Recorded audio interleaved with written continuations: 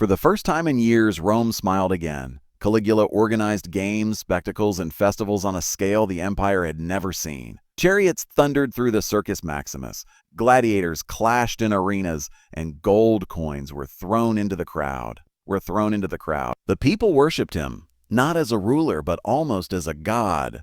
His face appeared on coins beside Jupiter's. Temples were built in his honor. Rome believed they had found not just an emperor, but a savior. But beneath the golden crown, the wounds of his past never healed. The child who had seen his family destroyed, who had lived in the shadow of a mad emperor, now held the same power that once terrified him. And deep inside, something began to crack. Some say it began when Caligula fell gravely ill only months after taking power. For weeks, he hovered near death. Rome prayed, cried, and begged the gods to save him. When he finally recovered, the people rejoiced. But those close to him saw something had changed. The emperor who rose from that sickbed was not the same man. His laughter grew louder, his gaze colder, and his actions stranger. The light of the golden child had dimmed, replaced by a flickering madness that no one could control. Rome had given him power beyond limits, and now power began to devour him from within. The people who once called him savior would soon call him monster. But for now, the city still celebrated, unaware that the emperor they worshipped was about to drag Rome into an age of terror. One where cruelty and chaos would reign supreme. The Rome that once celebrated Caligula's name would soon learn to whisper it in fear. The transformation was slow at first, like cracks forming in a golden statue. After recovering from his mysterious illness, Caligula seemed different. His laughter carried an edge. His eyes, once full of charm, now glimmered with something darker. Suspicion, cruelty, and an unpredictable madness. It was as if the sickness had taken his humanity and left only hunger. Hunger for power, control, and godlike reverence. He began testing the limits of that power. The Senate, once his ally, became his stage. He summoned senators only to humiliate them in public, making them run beside his chariot or kiss his feet. He mocked the nobility and called them traitors. To Caligula, Rome's elite were no longer partners in government. They were puppets, existing only for his amusement. And he loved pulling their strings. Then came the declarations that shook the empire. Caligula announced that he was not just emperor, he was divine. He demanded temples built in his honor and priests appointed to serve him as a living god. He replaced the heads of ancient statues with his own likeness. Where once Jupiter, the king of gods, had stood, now stood Caligula, flesh and blood, mortal and mad. At first, people thought it was theater. Rome loved drama, but soon it became clear Caligula truly believed it. He addressed the moon as if it were a goddess speaking to him. He talked to Jupiter in the middle of the night, screaming at the sky and laughing as thunder echoed in reply. His cruelty grew with his delusions. He began to enjoy fear, the sight of trembling men, the sound of desperate pleas. He would invite nobles to dinner, smile at them warmly, and then, mid-meal, turn to his guards and whisper an order that ended in a beheading. The guests would be forced to finish their wine while the body lay at their feet. He told them, "Don't leave until the feast is over." He spent money like a man possessed. Vast sums of gold vanished into absurd projects, ships made of marble, floating palaces, golden bridges. He drained the treasury so recklessly that Rome nearly went bankrupt. To refill it, he invented new taxes on marriages, on lawsuits, even on food sold in markets. Some mornings he walked through the palace gardens handing out gold to strangers. Other mornings he ordered executions for imagined insults. He once looked at a man with an attractive head of hair and said, "That hair will look good on me." The man was executed, and Caligula wore a wig made from his scalp to dinner that night. The Senate, Rome's proud political institution, had been reduced to a room of trembling cowards. Senators who once debated great matters of state now competed to flatter Caligula's every whim. One senator built a temple in his honor without being asked. Another offered his daughter to the emperor, hoping to survive his favor a little longer. The more they obeyed, the more Caligula mocked them. "You are all slaves," he sneered once during a public speech, "and I am your god." He turned politics into theater. When senators arrived at meetings, he sometimes refused to speak at all, sitting silently for hours while they knelt before him. Other times, he burst into laughter at random, whispering to his guards, "I could have them all killed right now." No one doubted that he could. Rome's greatest men had become pawns in a cruel game that had no rules. And then there was his obsession with spectacle, grand displays of power and luxury that defied imagination. He built enormous floating palaces on ships covered in gold and marble with gardens, fountains, and even baths. The people marveled and feared. For Caligula, extravagance was not about beauty, it was about domination. He wanted Rome to know that there was nothing he could not do, nothing he could not own, and no one he could not destroy. At his banquets, the food was served on plates of gold, and guests were forced to eat while surrounded by guards with drawn swords. He loved watching the fear in their eyes, that silent understanding that a single word could end their lives. He would laugh and say, "Eat well. It may be your last meal." Sometimes he meant it. But among all his absurdities, none became more infamous than his obsession with his horse, Incitatus. Caligula treated the animal as if it were royalty. The horse had a marble stable, ivory manger, jeweled collars, and a house of its own. Servants attended to it as though it were a prince. Caligula even invited it to dine with him, feeding it golden oats mixed with wine.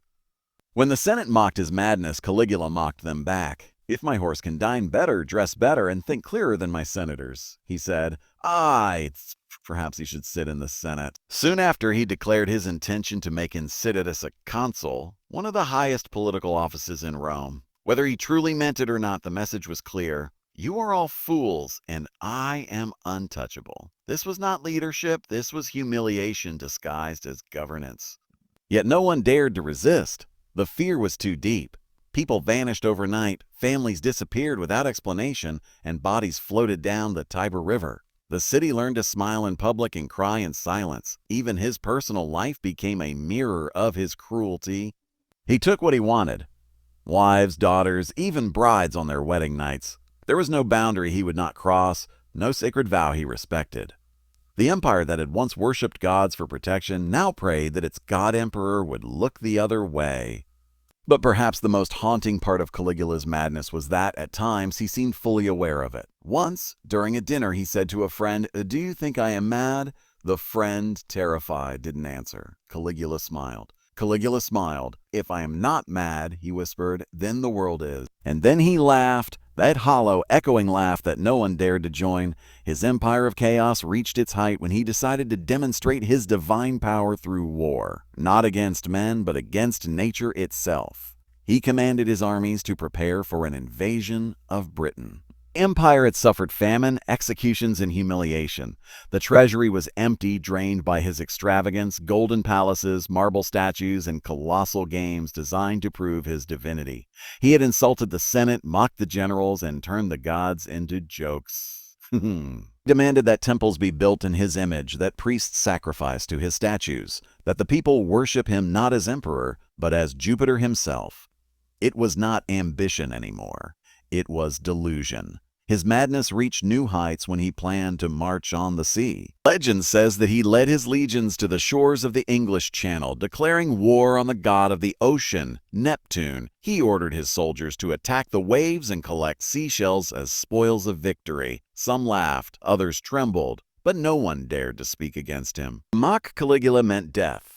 And death under his rule was not a punishment, but a spectacle. The more his paranoia grew, the fewer people he trusted. He executed nobles for imagined plots, banished loyal friends, and turned the palace into a fortress of fear.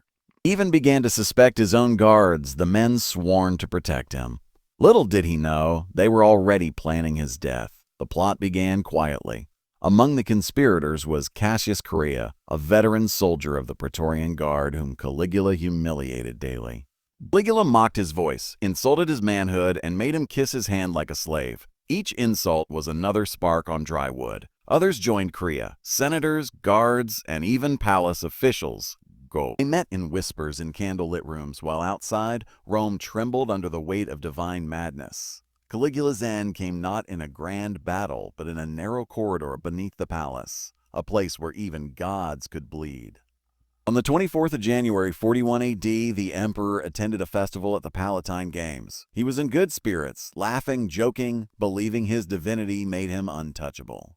As he left the theater, he entered a dim passageway leading back to his chambers.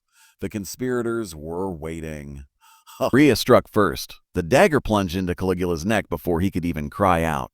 More blades followed, stabbing, slashing, tearing through the emperor's golden robes. Witnesses said he tried to speak, to command them to stop, but no one listened. Fuan. A man who had called himself a god died screaming like any other mortal. His blood pooled on the marble floor, red against white, divine against human. When it was over, Caligula's body lay twisted and broken, surrounded by the very men who once swore to protect him. The madness did not end with his death. His wife Caesonia and their infant daughter were murdered moments later. The Senate rejoiced, thinking Rome had been freed from tyranny. Yet within hours, chaos erupted. Soldiers loyal to Caligula raged through the streets, killing senators and citizens alike.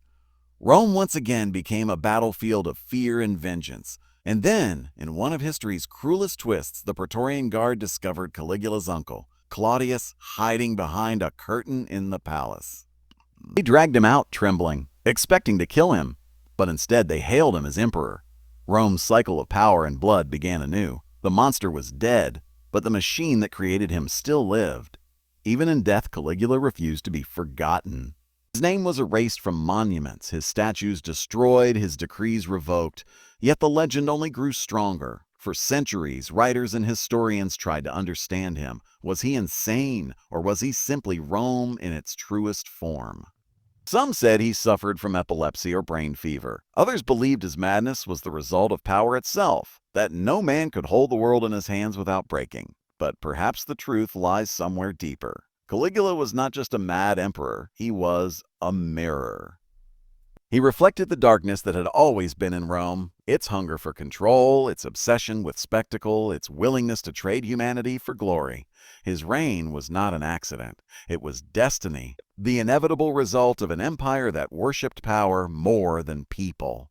His death did not end the story. It began a legacy. Every emperor who came after him feared becoming another Caligula. His name became a warning, whispered in palaces, written in scrolls, feared by kings. And yet even in infamy, he achieved what few men ever could, immortality. 2,000 years later, we still speak his name. In the end, Caligula's greatest tragedy was not that he died, but that he lived in a world that made him possible. He was born into betrayal, raised in cruelty, and crowned by madness. He sought love but found only power. He wanted to be a god but died as a man, bleeding, alone, and forgotten by the very empire he tried to rule. History remembers him as a monster, and perhaps he was. But monsters, too, are born from something. And if Caligula's story teaches us anything, it is that the line between genius and insanity, between emperor and executioner, is as thin as the blade that ended his life. As Rome moved on, building new monuments and crowning new rulers, the echo of his laughter remained, faint but eternal. Somewhere in the ruins and the whispers of history, his ghost still lingers, reminding us that power without humanity is not divine. It is